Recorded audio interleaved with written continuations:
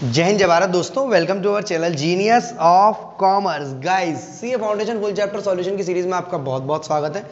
Final accounts वाला chapter कर रहे हैं दोस्त हम। आपने स्टडी मटेरियल मॉड्यूल से इलस्ट्रेशन नंबर 11 तक लास्ट वीडियो में कंप्लीट कर चुके हैं। आज हम बात करेंगे दोस्त इलस्ट्रेशन नंबर 12 की, जहां पर कंपनी का ट्रायल बैलेंस दिया हुआ है। Messrs Gavaskar Vishwanath and company इनकी कंपनी है। 31 मार्च 2020 को गवस्कर जी ने ये आपको बैलेंसेस दे रखे हैं। हमें क्वेश्चन में ट्रेडिंग प्रॉफिट एंड लॉस बनाना बहुत सारी सर्टेन एडजस्टमेंट के साथ। सबसे पहले दोस्त, इन द बुक्स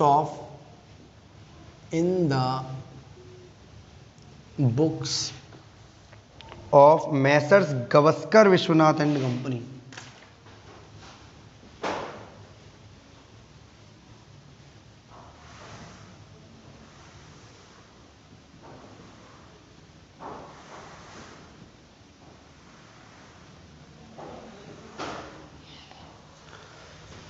बनाना है आपको trading and profit and loss.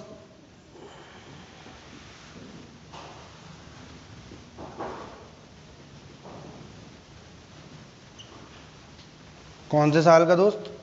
For the year ended 31 March 2020।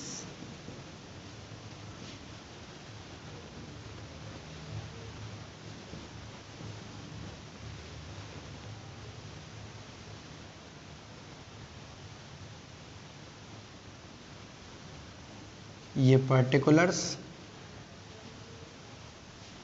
ये अमाउंट, फिर ये पर्टिकुलर्स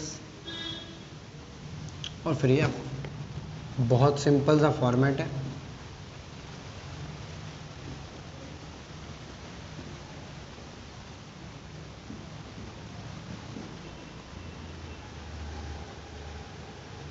कॉपी पेन निकाल लो, फटाफट फटाफट एक एक करके करते जाते हैं। सबसे पहले तो आपको यहाँ से रियल पर्सनल नॉमिनल का ज्ञान होना चाहिए, और कौन सी चीज़ें डायरेक्ट एक्सपेंसेस है जो कि ट्रेडिंग में जाएंगी, और इनडायरेक्ट वाली प्रॉफिट एंड लॉस में। Cash in and cash bank Sunday debtors तीनों एसेट्स हैं, बैलेंस शीट में जाएंगी दोस्त। ओपनिंग स्टॉक है 6,20,000 रुपये का, दिख रहा है आप लोगों को। Debit side 6,20,000। कैसे पता सर ये ओपनिंग स्टॉक है? सर स्टॉक ऑन 1 अप्रैल 2019 लिख रहा है, तो दोस्त क्लोजिंग तो हो ही नहीं सकता, ये ओपनिंग ही है। और ओपनिंग स्टॉक है तो उसको ट्रेडिंग अकाउंट में डेबिट करना पड़ेगा। 6,20,000।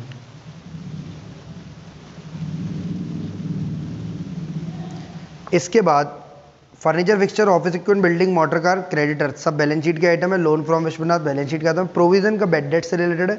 परचेजेस दिए 14 लाख रुपीज़ की। कितने रुपए के दोस्त? परचेजेस 14 लाख। यहाँ क्यों आएगी? क्योंकि सर इसकी बहन सेल्स यहाँ आने वाली है। मैचिंग रेवेन्यू फॉलो कराएंगे दोनों लोग मिलाकर 14 लाख। इसके अलावा परचेज रिटर्न तुरंत दिए 26,000 रुपये की, तो हमें उसको लेस कराना पड़ेगा। परचेज रिटर्न को लेस कराना पड़ेगा। क्यों लेस कराना पड़ेगा? क्योंकि ये सामान हमारी इस दुकान पर नहीं है। अब से परचेज रिटर्न हमारी इस दुकान पर नहीं है, वैसे माइनस कराना पड़ेगा। सेल्स 23 लाख रुपए की है, जिसको हमें क्रेडिट करना चाहिए।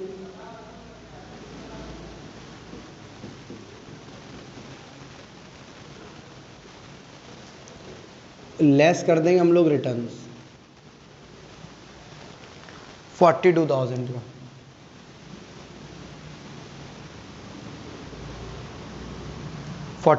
का। सेल्स में से सेल्स रिटर्न। अब बात है सैलरी, रेंट फॉर गोडाउन, सभी इनडायरेक्ट एक्सपेंसेस हैं। हम लोग सीधे नीचे चलते हैं। डेप्रिसिएशन वाली एडजस्टमेंट दी हुई है। इसके बाद क्लोजिंग स्टॉक दिया है 4,40,000 रुपये का, और रेंट दिया हुआ है गोडाउन का 2 महीने का आउटस्टैंडिंग है। इंटरेस्ट ऑन लोन है। प्रोविजन फॉर बेड डेट्स है। इंश्योरेंस प्रीमियम है। क्वेश्चन में पहली एडजस्टमेंट में दिया है दोस्त, 1 steel table purchase during the year. एक स्टील टेबल खरीदी है कंपनी ने 14,000 रुपये की, और सेम प्राइस पर बेच दी है और क्रेडिट कर दी है सेल्स अकाउंट में। मतलब कहानी कुछ ऐसी है, कंपनी ने एक स्टील टेबल खरीदी थी और उसको बेच दिया है और उससे सेल्स में रिकॉर्ड कर दिया। मतलब फर्नीचर जैसी कोई चीज़ थी और कंपनी ने इसको सेल्स रिकॉर्ड कर लिया है, जो कि गलत काम हो गया। मतलब फर्नीचर रिकॉर्डेड एज सेल्स, यहाँ पर जो फर्नीचर है वो रिकॉर्ड हो गई है एज सेल्स। कितने रुपए की? 14,000 रुपये की। 14,000 आपको लेस कराना पड़ेगा कहाँ से? फर्नीचर से। इसके अलावा एक परचेज करा है टाइपराइटर कंपनी ने 40,000 का, जो कि गलती से डेबिट कर दिया है परचेज में। मतलब दो काम हुए हैं कंपनी से गलत गलत, एक सेल्स जो कि नहीं थी उसे सेल्स रिकॉर्ड कर लिया है, और एक परचेज जो कि नहीं थी उसे परचेज रिकॉर्ड कर लिया है। तो टाइपराइटर, टाइपराइटर आपको पता है ऑफिस इक्विपमेंट का पार्ट होता है। रॉन्गली डेबिटेड टू परचेज, कितना आएगा यहाँ पर? 40,000। कितना आएगा? 40,000। 40,000 रुपये का टाइपराइटर हटा देंगे यहाँ से, और 14,000 रुपये का फर्नीचर हटा देंगे यहाँ से। ये सेल्स गलती से रिकॉर्ड हो गई थी, was sold for same price. I hope आपको बात समझ में आ रही हो। मतलब 14,000 की खरीदी थी, 14,000 रुपये की बेच दी उसे, और उसको सेल्स रिकॉर्ड कर लिया, जबकि ये सेल्स नहीं थी। Furniture recorded as sales, wrongly credit हो गई है फर्नीचर में। रेक्टिफिकेशन ऑफ एरर्स टाइप के चैप्टर में आपको इसको सही करना पड़ेगा। यहाँ हम सिंपल इसका ट्रीटमेंट कर रहे हैं, जो परचेज नहीं है उसे परचेज से हटा दो, जो सेल्स नहीं है उसे सेल्स से हटा दो। सर कैसे पता चलेगा ये परचेज नहीं है सेल्स नहीं है? भाई फर्नीचर की दुकान होती तो फर्नीचर परचेज होता और फर्नीचर ही सेल होता, पर अगर आपकी ये दुकान जो है, बता नहीं रहा किस चीज़ की है, बट फर्नीचर की तो नहीं है, इतना पता है, तो आपका टाइपराइटर जो है वो परचेज में रिकॉर्ड हो गया, उसे हटा दो वहाँ से, because it is not a stock. और ये गलती से फर्नीचर सेल्स रिकॉर्ड हो गया, इसे यहाँ से हटा दो, तो आपकी नेट परचेज और नेट सेल्स सही आ जाएंगी। सर समझ में आ रही है? इस गलती से इसमें घुस गया था। तो आपको एंट्री डालनी चाहिए थी ऑफिस इक्विपमेंट अकाउंट डेबिट या typewriter account debit to cash, आपने डाल ली परचेजेस टू कैश। सेम आपको एंट्री डालनी चाहिए थी कैश टू फर्नीचर, आपने गलती से डाल ली कैश टू सेल्स, तो इसे हटा देना है आपको। 14 लाख में से 66,000 गए, 13,34,000 रुपये, 13,34,000। इधर 23 लाख में से 56,000 गए, तो 22,44,000 रुपये। इसके बाद लिखेंगे by closing stock. By closing stock जो नीचे सेकंड पॉइंट में दिया हुआ है, 4,40,000 रुपये का क्लोजिंग स्टॉक। अब आपको सिंपली क्लोजिंग स्टॉक डालने के बाद दोस्त यहाँ देखना है कि कोई भी और एक्सपेंस है जो कि डायरेक्ट नेचर का है, स्टार्टिंग से देखते जाएंगे, सेल्स रिटर्न तक हमारे सारे आइटम हो गए। Salary, rent, interest, rates and taxes, discount allowed to debtor, creditor, सभी आपके इनडायरेक्ट एक्सपेंस या इनडायरेक्ट इनकम है। फ्रेट ऑन परचेजेस और कैरेज आउटवर्ड, दो चीज़ें दी हैं, 12,000 का फ्रेट ऑन परचेजेस और 20,000 का कैरेज आउटवर्ड। कैरेज आउटवर्ड तो दोस्त आपका क्या होता है? कैरेज आउटवर्ड तो सर इनडायरेक्ट एक्सपेंस होता है, प्रॉफिट एंड लॉस में जाएगा।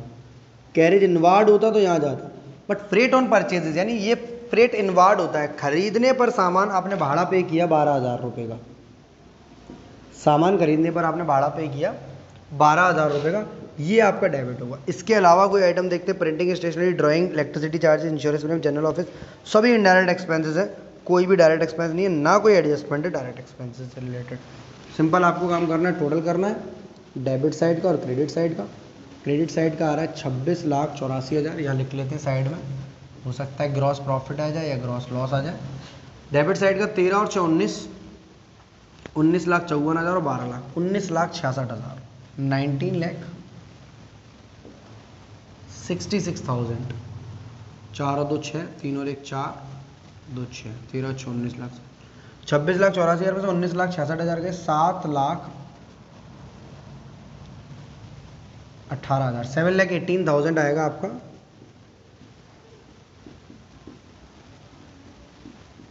Gross profit, 7,18,000। अब यहाँ कर लेंगे आप टोटल 26,84,000 रुपये।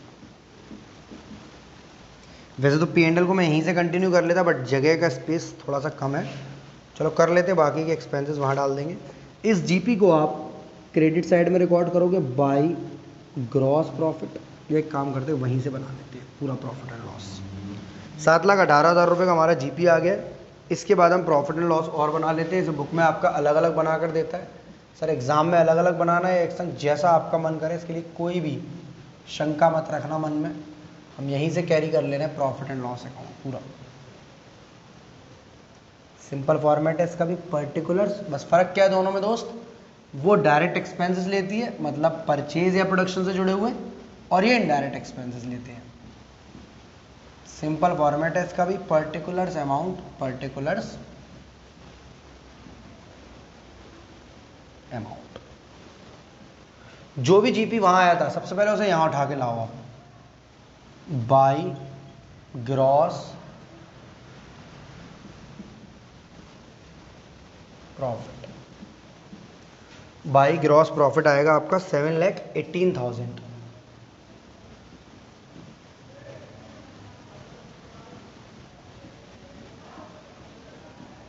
अब एक एक करके सारे एक्सपेंसेस को ढूंढो जो इनडायरेक्ट नेचर के हो। डायरेक्ट तो चलेगा, नॉमिनल अकाउंट देखो बस। स्टार्टिंग की तीनों चीजें एसेट हैं, ओपनिंग स्टॉक आ गया, फर्नीचर इक्विपमेंट सब एसेट लायबिलिटी है, लोन आ गया, प्रोविजन फॉर बैड डेट्स का बैड डेट्स से ट्रीटमेंट होगा, परचेज सेल्स रिटर्न आएगी नहीं, सैलरीज 1,10,000 रुपये, टू सैलरीज 1,10,000। नीचे जाके देखो कोई एडजस्टमेंट तो नहीं है आउटस्टैंडिंग की, प्रीपेड की। पहले वाले में सिर्फ डेप्रीशिएशन का है, परचेज सेल की हो गई। नेक्स्ट वाले में स्टॉक का हो चुका है, रेंट गोडाउन का आउटस्टैंडिंग है, इंटरेस्ट ऑन लोन को अलग से देखते हैं, प्रोविजन फॉर बैड डेट्स को अलग से देखते हैं, इंश्योरेंस प्रीमियम का। मतलब सैलरी से रिलेटेड कोई भी एडजस्टमेंट नहीं है, ना कोई आउटस्टैंडिंग है दोस्त, ना कोई प्रीपेड है। सैलरीज पूरी की पूरी डाल देंगे हम 1,10,000। रेंट फॉर गोडाउन, इससे रिलेटेड एडजस्टमेंट है, रेंट फॉर गोडाउन एडजस्टमेंट है तो हमें प्लस माइनस करना पड़ेगा, इसलिए हम इनर कॉलम में लिख रहे हैं 55,000 रुपये रेंट फॉर गोडाउन है। इसमें लिखा हुआ है नीचे दोस्त 2 मंथ्स रेंट इज आउटस्टैंडिंग, मतलब ये जो 55,000 है ये 10 महीने का रेंट है। कैसे पता सर आपको बस 10 महीने का है? क्योंकि 55,000 रुपये में अभी भी 2 महीने का आउटस्टैंडिंग रह गया है, इसका मतलब हमने 2 महीने का पे नहीं किया है। और वो 2 महीने का निकालोगे कैसे आप? 55,000 divided by 10 into 2, 55,000 divide by 10 into 2 calculation करोगे तो 11,000 आएगा। यानी 55,000 प्लस 11,000 66,000 रुपीज़ डालेंगे आप। सर 10 से क्यों डिवाइड किया, 12 से क्यों नहीं किया? भाई 55,000 रुपये का आपने पेमेंट किया रेंट का, अगर कुछ नहीं बोलता तो मेरा यही साल भर का होता नहीं होता। बट अगर मैं यहाँ लिख कर दे रहा हूँ बड़ा बड़ा कि 2 महीने का बकाया है, 2 महीने का बकाया है, बकाया मतलब मैंने अभी तक पे नहीं किया है, तो क्या मानोगे आप इसे? ये जो रेंट है वो 10 महीने का या 12 महीने का? सर 10 महीने का, इसलिए डिवाइड किया 10 से ताकि 1 महीने का निकाल लूँ मैं। 55,000 डिवाइड बाई 10 करूँगा तो कितने महीने का निकलेगा? 1 महीने का। इंटू कर दूंगा 2 से, क्योंकि वो आउटस्टैंडिंग और आउटस्टैंडिंग रेंट हमेशा ऐड होता है, क्योंकि ये मेरा इस साल का रेंट है। पे नहीं किया तो क्या हुआ? पे तो करना है, तो मेरा टोटल रेंट आएगा 66,000 रुपीज़। आई होप आपको बात समझ में आई हो, बहुत ईजी है। 55,000 डिवाइड बाई 10 इंटू 2। सर हर बार ऐसे ही करना है? जितने महीने का आउटस्टैंडिंग, अगर यहाँ 3 महीने का होता तो आप 9 से डिवाइड देते, बिल्कुल। 4 का होता तो 8 से डिवाइड देते, बिल्कुल। 1 का होता तो 11 से डिवाइड देते, बिल्कुल। सिंपल कॉन्सेप्ट है, जितने महीने का रेंट आउटस्टैंडिंग होगा मुझे डिवाइड देते समय याद रखना है कि ये जो रेंट है, सिंपल बात समझो, आपके ट्यूशन की फीस 1,000 रुपये महीना है, पूरी साल में 12 महीने होते हैं। 10,000 रुपये आपने पे कर दिए, तो कितने महीने की फीस पे करी है? 10,000 रुपये। अब आप मुझे आपने बताई नहीं महीने भर की फीस कितनी है, मुझसे आपने बोला भैया साल भर की फीस है, 10 महीने की मैंने पे कर दी है, 2 महीने की बकाया रह गई है, तो मुझे फीस बता दो। मैंने बोला साल भर की कितनी है? बोले साल भर की नहीं, 10,000 रुपये मैंने पे कर दिए हैं। मैं 10,000 रुपये कितने महीने के पे करे? 10 महीने के। साल भर में से 2 महीने की पे नहीं करी, तो 10 महीने की पे करी, इसलिए हमने डिवाइड दिया है 10 से। आगे बढ़ते, सैलरी का रेंट हो गया, रेंट का इंटरेस्ट है, सेम इसी टाइप का ये भी क्वेश्चन है। To interest on loan, question में दिया हुआ 27,000 की इंटरेस्ट पे करी है हमने, कर दो। पर नीचे एडजस्टमेंट दी हुई है एक, मैंने चलते हुए पढ़ ली थी। Interest on loan from Vishwanath is payable है 12% पर एनम। ये लोन जो लिया है विश्वनाथ से लिया है, विश्वनाथ कोई भी इंसान होगा। यहाँ पर 3 लाख का लोन दिख रहा है क्रेडिट साइड में, आप पहले वाले पेज पर 3 लाख रुपए का लोन लिया जो 12% रेट ऑफ इंटरेस्ट पर है, और 1 मई 2019 को लिया था लोन। मतलब आपको पता है अगर आप किसी से लोन लेते हो तो आपको क्या देनी पड़ती है दोस्त? इंटरेस्ट। 3 लाख रुपए पर आप इंटरेस्ट दोगे कितने परसेंट से? 12% से। और क्योंकि 1 मई को लिया है आपने ये लोन, कितने तारीख को लिया है? 1 मई को। कहाँ लिखा हुआ है? क्वेश्चन में लिखा है the loan was taken on 1 मई 2019। तो आप यहाँ पूरी साल की ब्याज दोगे या 11 मंथ्स की दोगे इनको? 11 मंथ्स की। 3 लाख का लोन लिया है, 12% रेट ऑफ इंटरेस्ट है, 11 मंथ की इंटरेस्ट दोगे आप। 11 मंथ क्यों? क्योंकि 1 मई लिखा है। अगर यहाँ 1 मई नहीं लिखा होता तो मैं पूरी ब्याज देता 12 महीने। 12 से 12 उड़ा दो, 0 से 0 उड़ा दो, 3000 इंटू 11, 33,000 रुपए की आपकी इंटरेस्ट देनी थी आपको। कितनी देनी थी? 3 लाख का लोन लिया, 12% रेट ऑफ इंटरेस्ट और 11 महीने की ब्याज देनी है। तो आप ब्याज कितनी दोगे साल भर की? साल भर की मतलब पूरे जो आपने यूज किया 33,000, 27 आपने पे कर दी। इसका मतलब आपको 6,000 रुपये और देने थे। ये 6,000 आपकी बैलेंसिंग फिगर आएगी। आउटस्टैंडिंग इंटरेस्ट कितने रुपए? 6,000 रुपये। आसानी से दोबारा समझ लो, लोन कितने का है? 3 लाख का। रेट ऑफ इंटरेस्ट क्या है? 12%। 11 महीने क्यों लगाए? अगर नहीं लिखी होती 1 मई तो मैं पूरे साल की पे करता, फिर कितनी पे करनी पड़ती? 36। मतलब यहां पर कॉन्सेप्ट थोड़ा दूसरा टाइप का है। यहां आपको आउटस्टैंडिंग कैसे पता चल रही है कि भाई मुझे पे क्या करनी थी? 33, मैंने पे क्या की है? 27। तो जो नहीं पे करी वो मेरी आउटस्टैंडिंग मानी जाएगी। सर अगर यहां 27 और यहां 33 होता तो मेरी एडवांस बन जाती। यहां 27 होता है या 33। कई बार ऐसा हो सकता है कि 27,000 रुपए की थी। इंटरेस्ट के केस में ऐसा कभी नहीं होगा, बट और किसी खर्चे में हो सकता है, सैलरी में हो सकता है, रेंट में हो सकता है। अगर मेरे को कम पे करने थे और मैंने ज्यादा पे कर दिए तो बीच का बचा हुआ क्या होगा? एडवांस या प्रीपेड। मुझे ज्यादा पे करने थे और मैंने कम पे किए हैं तो बीच का बचा हुआ क्या होगा? आउटस्टैंडिंग यानी बकाया। तो डायरेक्टली नहीं बोल रहा बट इनडायरेक्टली हमें पता है, क्योंकि ये चीज़ फिर बैलेंस शीट में भी जाएगी दोस्त, लाइबिलिटी साइड। आई होप आपको यहाँ तक ये बात मेरी समझ में आ गई हो। इस कैलकुलेशन से पता करेंगे हमारा टोटल खर्चा 33 है। अगर रेंट के बारे में भी ऐसे महीना देता 5500 महीना है, इंटू करते 12 का 66,000 आ जाता, बैलेंसिंग फिगर 11,000 आती। नेक्स्ट, रेट्स एंड टैक्सेस 21,000 रुपये। इससे रिलेटेड शायद ही कोई एडजस्टमेंट है, नहीं इंश्योरेंस प्रीमियम से रिलेटेड है। To rates and taxes, sir इतना बड़ा क्वेश्चन एग्जाम में कितने नंबर का आएगा? तो बेटा 15 नंबर तक का आ सकता है सीए फाउंडेशन में आपके एग्जाम में क्वेश्चन। 10 का आएगा तो कुछ चीज़ें ऊपर से कम कर देगा और कुछ चीज़ें नीचे से एडजस्टमेंट 2 या 3 कर देगा। फिर रेट्स एंड टैक्सेस 21,000 रुपये डायरेक्ट, कोई ऐड नहीं, कुछ लेस नहीं। Next, discount allowed to debtors 24,000 रुपये। लॉस होता है आपके लिए, लॉसेस आपके डेबिट होंगे। Discount allowed to debtors, discount allowed है आपका 24,000, 24,000। डिस्काउंट रिसीव्ड फ्रॉम क्रेडिटर 16,000 रुपये, यानी इनकम है हमारी। और जितनी भी तरीके की इनकम होंगी, discount received, rent received, interest received, commission received, सब प्रॉफिट एंड लॉस में जाती है, ट्रेडिंग अकाउंट में कोई भी नहीं जाती। डिस्काउंट रिसीव्ड 16,000 रुपये। नेक्स्ट, रेट ऑन परचेजेस पहले ही आ गया, कैरेज आउटवर्ड नहीं आया था। कैरेज आउटवर्ड को डेबिट करेंगे हम यहाँ 20,000 रुपये।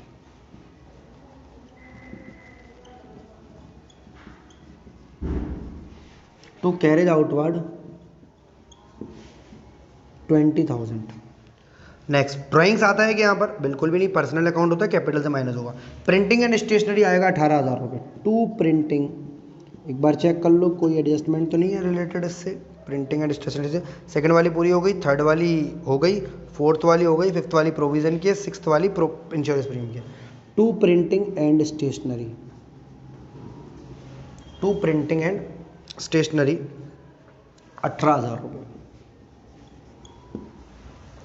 नेक्स्ट, जनरल ओ इलेक्ट्रिसिटी चार्जेस 22,000 रुपये।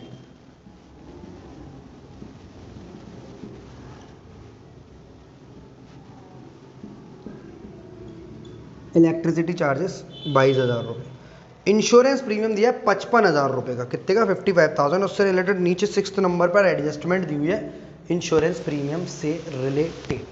तो देखते हैं उस तरह कैसे करते हैं। यहाँ पर हम लोग वर्किंग नोट के लिए जगह बना ले रहे हैं, क्योंकि 3-4 वर्किंग नोट्स बनाने पड़ेंगे हमें इंश्योरेंस प्रीमियम का रिलेटेड, बेड डेट से रिलेटेड और आउटस्टैंडिंग रेंट से रिलेटेड। इंश्योरेंस प्रीमियम से रिलेटेड देखना, इंश्योरेंस प्रीमियम 55,000 है दोस्त आपका। Insurance premium debited. Insurance premium कितना दिख रहा है आपको? Insurance premium shown in trial balance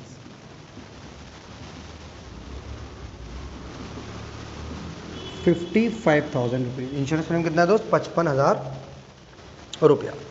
अब बोला है इंश्योरेंस प्रीमियम में 40,000 paid towards proprietor life insurance policy. Insurance premium में जो 55,000 दिख रहा है उसमें 40,000 रुपये का तो प्रोपराइटर की लाइफ इंश्योरेंस का है। मतलब लाइफ इंश्योरेंस प्रीमियम को यहाँ पर शो नहीं करेंगे। तो गलती से रसीदें एक संग आ गई थी भाई, गलती से रसीदें, जिस तरह हमने हेल्थ इंश्योरेंस कराया एम्प्लॉय का, स्टॉक का इंश्योरेंस कराया, बिल्डिंग का कराया, वही हमने प्रोपराइटर की लाइफ इंश्योरेंस कराया जो कि ड्राइंग्स होती है। इससे क्या बोलते हैं दोस्त? ड्राइंग्स। मतलब बैलेंस शीट में से लेस होगी ये कैपिटल में से। 40,000 रुपये को तो हटा दो, ये किसी काम का ही नहीं है आपके। कितने रुपए का?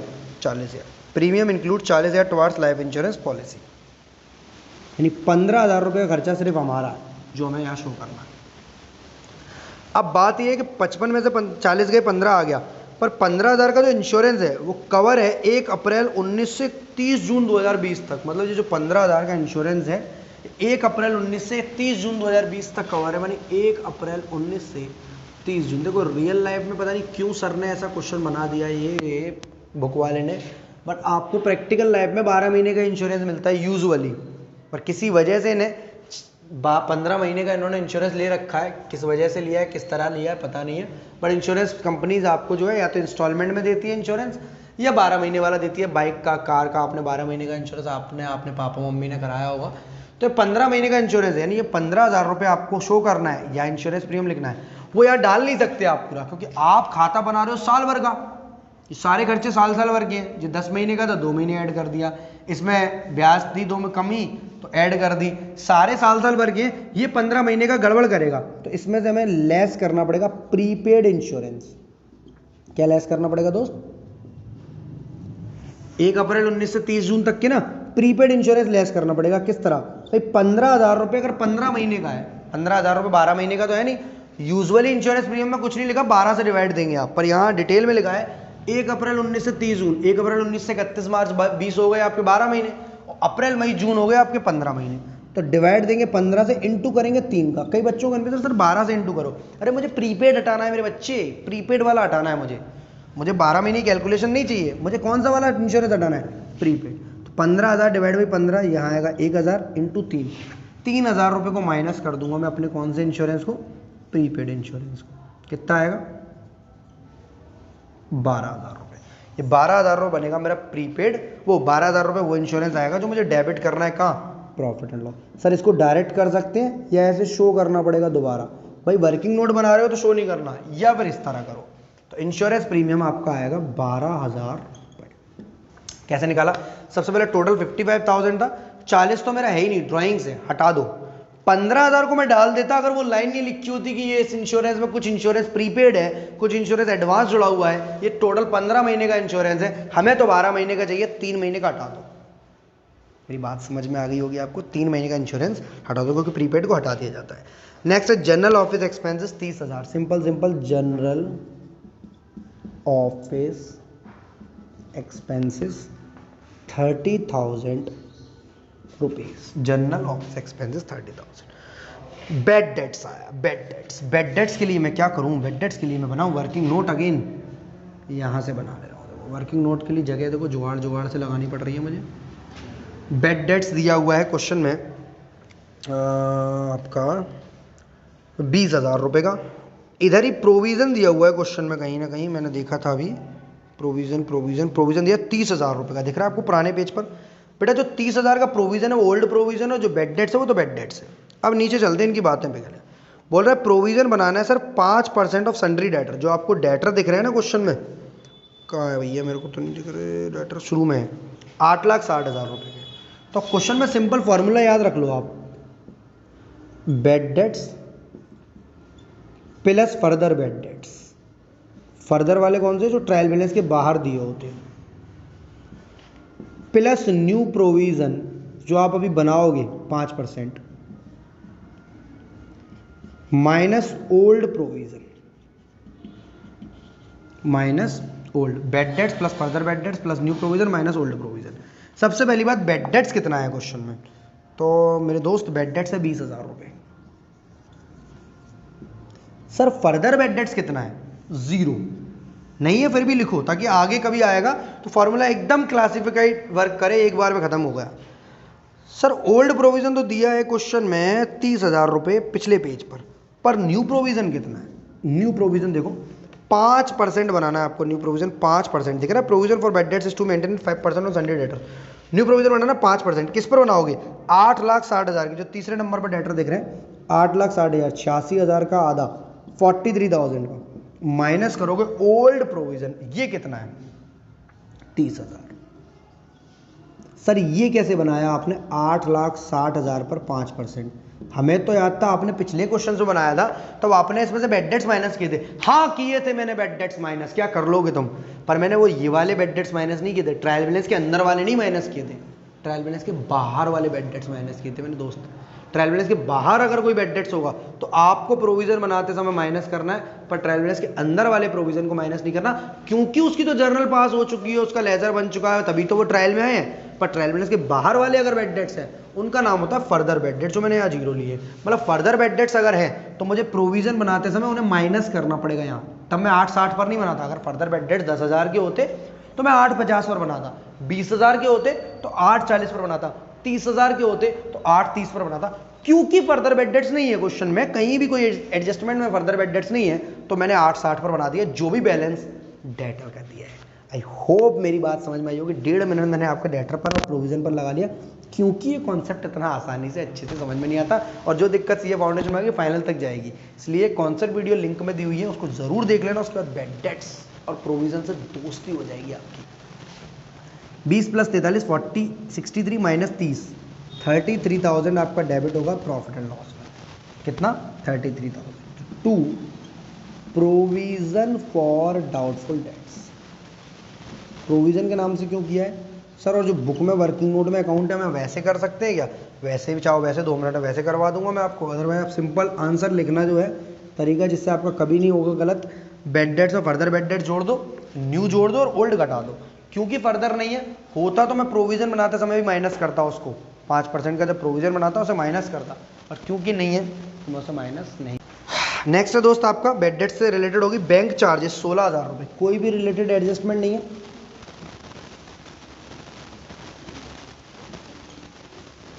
16,000 सीधे आ जाएंगे। मोटर कार एक्सपेंसेस 36,000 रुपये।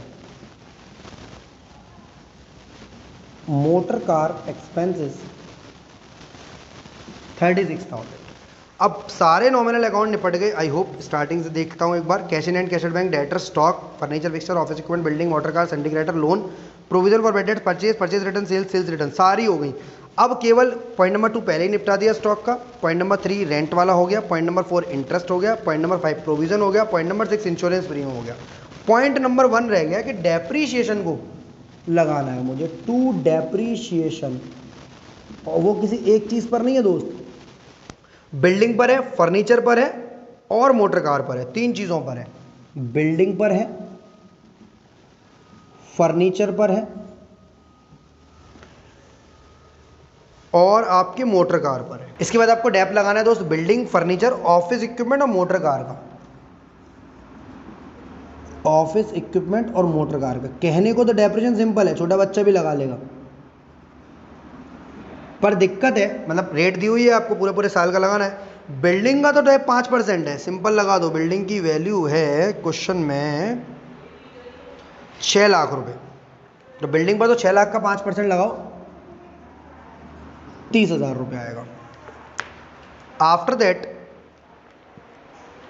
फर्नीचर पे आएगा 10%, बट फर्नीचर से रिलेटेड दिक्कत क्या है कि आपने 14,000 रुपये को जिससे सेल्स में से माइनस किया था, क्योंकि सेल्स में से आपने माइनस किया था, वो अल्टीमेटली माइनस कहाँ से होनी थी? फर्नीचर में से। तो उसको दोस्त फर्नीचर को जो 2,14,000 का दिया है, उसमें से आपको 14,000 रुपये जो आपने यहाँ पर फर्नीचर को सेल्स रिकॉर्ड किया था, माइनस कर 2 लाख पर डेप लगाना है। तो यही थोड़ा सा दिक्कत वाली काम है। 10% लगाओगे 2 लाख पर तो आएगा 20,000 रुपये।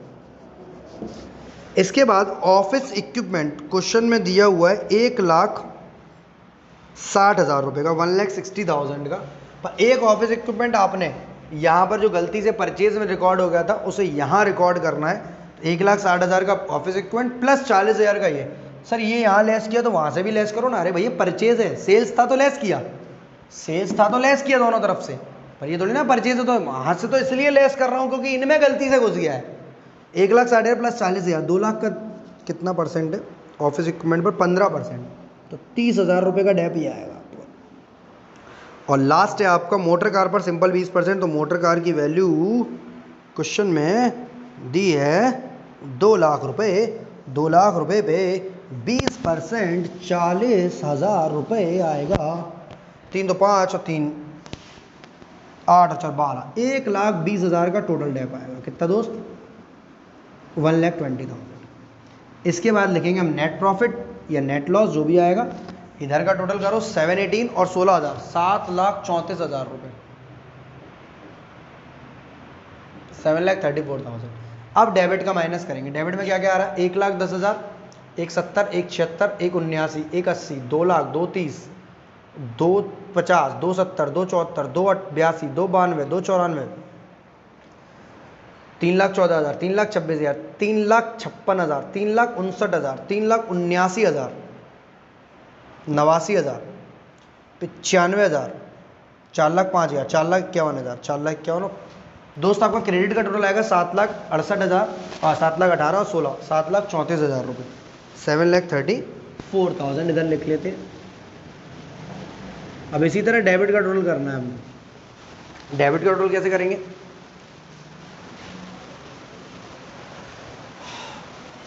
एक 1,10,000, 1,70, 1,76, 1,79, 1,80, 2,00,000, 2,30, 2,50, 2,54, 2,74, 2,82, 2,92, 2,94, 3,14,000, 3,26,000, 3,56,000, 3,59,000, 89,000, 3,95,000, 4,05,000, 4,41,000, 5,61,000, 5,61,000। 4 में से 1 गया 3, 13 में से 6 गया 7 और 6 में से 1 गया 5। 1,73,000 आएगा आपका नेट प्रॉफिट, जो कि आपका जाएगा कैपिटल अकाउंट में। कितना आएगा दोस्त इसका टोटल? 7,34,000 रुपये। कितना? 7,34,000। इसका नेट प्रॉफिट कितना है दोस्त? 2 नेट प्रॉफिट। अब बैलेंस शीट बनाते समय दिमाग में पहले ही दिमाग आता है, क्योंकि बड़ा क्वेश्चन है, दिक्कत करता है। बैलेंस शीट में आपको ये जो टाइपराइटर है, इसको ऐड करना पड़ेगा और डेप लेस करना पड़ेगा। फर्नीचर में से इसको लेस करना पड़ेगा और डेप को भी लेस करना पड़ेगा। प्रोविजन में सिर्फ ये प्रोविजन माइनस करना है, प्रीपेड इंश्योरेंस ये लिखना है, और ये सब। सर इतना सारा भसड़ दिमाग में कहाँ सेट हो गया? आप तो ऐसे बता रहे हो ये करना वो करना है, साथ साथ बैलेंस शीट बनाते हैं, आपको समझ में अच्छे से आएगा। अब दोस्त हमें इसकी बैलेंस शीट और बनानी है, जिसके लिए सिंपल फॉर्मेट है आपका लायबिलिटीज अमाउंट, एसेट्स अमाउंट।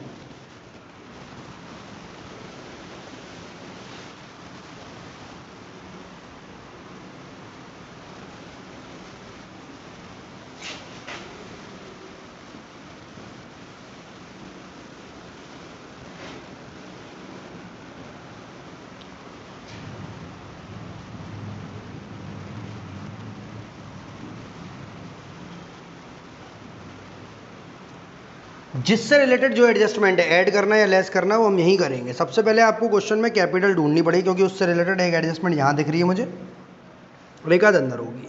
तो कैपिटल का बैलेंस दिया है क्वेश्चन में आपको, क्रेडिट साइड में ढूंढो, क्रेडिट साइड में 16,20,000 सबसे लास्ट में। अरे तुषार खड़ा रहे, ये कभी बंद हो सकती है। 16,20,000 रुपये। इसके अलावा प्रीपेड ये जो इंश्योरेंस था 40,000 का, ये भी ड्राइंग्स थी आपकी, तो लेस इंश्योरेंस ड्राइंग्स कितने रुपए की है दोस्त? 40,000। इसके अलावा कोई और ड्राइंग्स है तो डेबिट में देखो जरा, फटाफट फटाफट फटाफट। 1,20,000 की कैरेज आउट वार्ड के जस्ट बार्ड, तो ये भी माइनस होगी और वो भी माइनस होगी। दोनों माइनस क्यों होंगी? दोनों ही ड्राइंग्स है तो दोनों ही माइनस होंगी। सर एक संग कर दें 1,60 को, तो अभी कोई दिक्कत नहीं है। ऐड करोगे नेट प्रॉफिट, जो कि वहाँ निकाला था मैंने 1,73,000 को। प्रॉफिट होगा तो ऐड और लॉस होगा तो लेस। एडिशनल कैपिटल होगी तो ऐड और ड्राइंग्स होगी तो लेस। बस सिंपल कैपिटल का यही है। क्या पैसा स्टार्टिंग में लगाया, कितना निकाल कर घर ले गए, या दुकान से ही घर के लिए खर्चा किया, या प्रॉफिट आपने कमाया। 16,20 में से 1,60 गए, 16,20 में से 1,20 गए, सीधे सीधे 15 लाख। 15 लाख में से 40,000 गए, 14,60,000। 14,60,000 में 1,73,000 और जोड़ दो,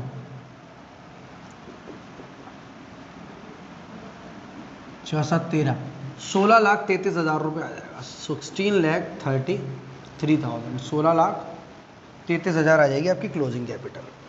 अब बात करते हैं एक एक करके बाकी चीज़ों की। कैश इन हैंड और कैश एट बैंक 14,000 और 26,000 सीधे सीधे डाल दो। सर ये कौन सा फॉर्मेट अपना रहे हैं आप, लिक्विडिटी या परमानेंस? कोई फ़र्क नहीं पड़ता, क्योंकि उन्होंने कुछ भी बोला नहीं है। अगर आप फिक्स्ड एसेट्स को ऊपर रखते हो तो परमानेंस अप्रोच है, लिक्विड एसेट्स को ऊपर रखते हो तो लिक्विडिटी अप्रोच है। 14,000, 26,000। सन्ड्री डेटर्स, सन्ड्री डेटर्स मैं तो सिंपल फॉर्मेट अपनाता हूँ, जो एसेट मिलती जाए उससे रिलेटेड एडजस्टमेंट है। 8,60,000 लेस करोगे ये वाला प्रोविज़न 43,000 रुपये का। ये चीज़ें सर याद नहीं रहती बेटा, practice makes a man perfect. मुझे भी एक दिन में नहीं आई है, करते करते क्वेश्चन आ गए थे। 8,60,000 में से 43,000 गए, 8,17,000। सर कैसे याद रखें? आपका प्रॉफिट एंड लॉस, मैंने देखो ट्रेडिंग हटा दिया, ट्रेडिंग के लिए मुझे याद है 2 चीज़ें याद रखनी पड़ेंगी मुझे, फिर एडजस्टमेंट पढ़नी पड़ेगी, 14,000 और 20,000 वाली, 40,000 वाली। बट प्रॉफिट एंड लॉस सामने रखा है, कई सारी एडजस्टमेंट आपको यहीं से दिख जाएंगी, जैसे outstanding rent, outstanding interest. Okay, फिर है आपका स्टॉक, 1 अप्रैल 19 वाला आएगा नहीं बिकॉज ओपनिंग स्टॉक है, क्लोजिंग वाला आएगा। फर्नीचर है 2,14,000 रुपये का, ये काम की चीज़ है क्योंकि इससे रिलेटेड हमेशा डेप भी होगा। और यहाँ पर एक एडजस्टमेंट और है, 2,14,000 का फर्नीचर था पर हमने डेप किस पर लगाया था याद है आपको? 2 लाख रुपये पर। क्यों लगाया था? क्योंकि सर 14,000 रुपये आपके किसी काम के नहीं थे, तो 14,000 आपकी सेल्स में से था। तो फर्नीचर है 2 लाख का, लेस कर दो डेप्रीशिएशन एट द रेट 10% यहाँ पर लिया है 20,000 रुपये। ओरिजिनल वैल्यू इसकी रिटन डाउन वैल्यू लिख लो 1,80,000। 2,14 में से 14 क्यों माइनस किया समझ आ रहा है? अभी ऑफिस इक्विपमेंट की बात करूँगा तो प्लस करूँगा मैं टाइपराइटर को, क्योंकि वो खरीदा गया है। ऑफिस इक्विपमेंट है 1,60 का, इसे 1,60 का मानूँ या 2 लाख का मानूँ? 1,60,000 का मानूँ या 2 लाख का मानूँ? सर 2 लाख रुपए का मानो, less depreciation at the rate 15%। 30,000 का डेप्रीशिएशन था ऑफिस इक्विपमेंट का। 2 लाख में से 30,000 गए, 1,70,000। इसके बाद बिल्डिंग 6 लाख रुपए की,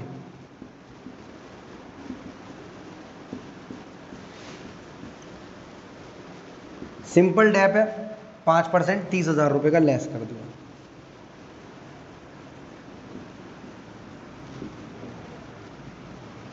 $5,70,000 का। इसके बाद मोटर कार 2 लाख रुपए की, सिंपल डेप है 40,000 रुपए का।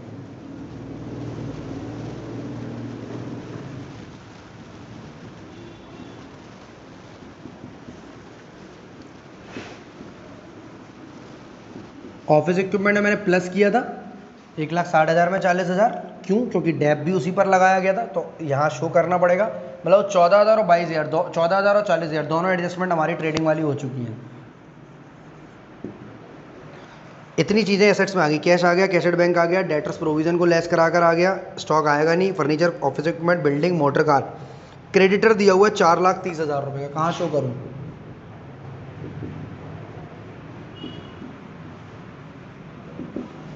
लोन फ्रॉम विश्वनाथ, एसेट मानोगे या लायबिलिटी? सर डेबिट बैलेंस होता तो एसेट, क्रेडिट है तो क्या डालेंगे? Liability side. कितना है? 3 लाख रुपए का। जैसे ही लोन आ जाए, दिमाग में आउटस्टैंडिंग इंटरेस्ट थी, आउटस्टैंडिंग रेंट था, आउटस्टैंडिंग रेंट है 11,000, आउटस्टैंडिंग इंटरेस्ट है 6,000, दोनों शो कर दो। आउटस्टैंडिंग रेंट है 11,000। सर एक संग आउटस्टैंडिंग एक्सपेंस लिख सकते हैं क्या? हाँ लिख सकते हो, दोनों ही बकाया खर्चे हैं, 11,000 और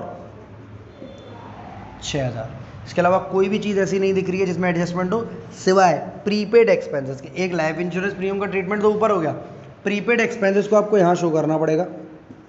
जितने रुपए का भी था, ये 3,000 रुपये का था, सिर्फ 3,000 का प्रीपेड एक्सपेंसेस। अब एक एक करके दोबारा, cash and cash at bank, sundry debtor, stock, furniture, office equipment, building, motor car, creditor, loan, provision का ट्रीटमेंट हो गया। Purchase, sales return, purchase return, sales return, salary, rent, interest, rents and taxes, discount allowed, discount receipt, carry, freight on purchase, carriage at what. Sir ऐसे करके exam में पढ़ना पड़ेगा, बिल्कुल आदत बन जाएगी आपकी। ड्राइंग्स का ट्रीटमेंट हो गया, printing, stationery, electricity charges, insurance premium, general office expense, bad debts, bank charges, motor car expense, capital, सभी का हो गया। डेप्रिसिएशन हो गया, उसकी दोनों एडजस्टमेंट हो गई। 14,000 रुपये को यहाँ माइनस कर दिया, 40 को यहाँ प्लस कर दिया। वैल्यू ऑफ स्टॉक, हमारे काम की चीज़ मिल गई, 4,40,000 रुपये का स्टॉक है। इसके अलावा गोडाउन रेंट हो गया, इंटरेस्ट ऑन लोन हो गया, प्रोविजन हो गया, इंश्योरेंस हो गया। हमारी बैलेंस शीट मैच होने लायक है। फटाफट दोनों तरफ का टोटल करना है और मैच करानी है। तो पहले एसेट्स का कर ले रहा हूँ क्योंकि बड़ा टोटल है। 14,000 और 26, 40,000, 40 और 1 70, 40 और 1 70 कितने होते हैं? 40 और 1 80, 2 20, 2 20, 2 90, 3 90, 3 90, 4 60, 4 60, 9 60, 9 60, 10 लाख 20 हज़ार, 11 लाख 20 हज़ार, 11 लाख 20 हज़ार और 4 लाख 40 हज़ार, 15 लाख 60 हज़ार, 15 लाख 63 हज़ार, 15 लाख 63 हज़ार और 15 लाख 70 हज़ार, 15 लाख 80 हज़ार और 8 लाख, 23 लाख 80 हज़ार। चलो भाई एसेट साइड का टोटल तो सही आ रहा है हमारे बुक से, 23 लाख 80 हज़ार। लाइबिलिटीज़ का देखते हैं, 6 और 1 7 और 3 10, अभी तक तो लग रहा है सही है। 3 और 3 6 और 1 7 और 1 8, अभी भी लग रहा है सही है। 16 4 22 और 3 23, 23 लाख 80 हज़ार की एसेट और लाइबिलिटी मैच करा ली हमने, जंग जीत ली। 25 से 30 35 40 मिनट लग गए इस पर्टिकुलर क्वेश्चन को करने, बट मज़ा बहुत है। एक single question can make you revise entire chapter.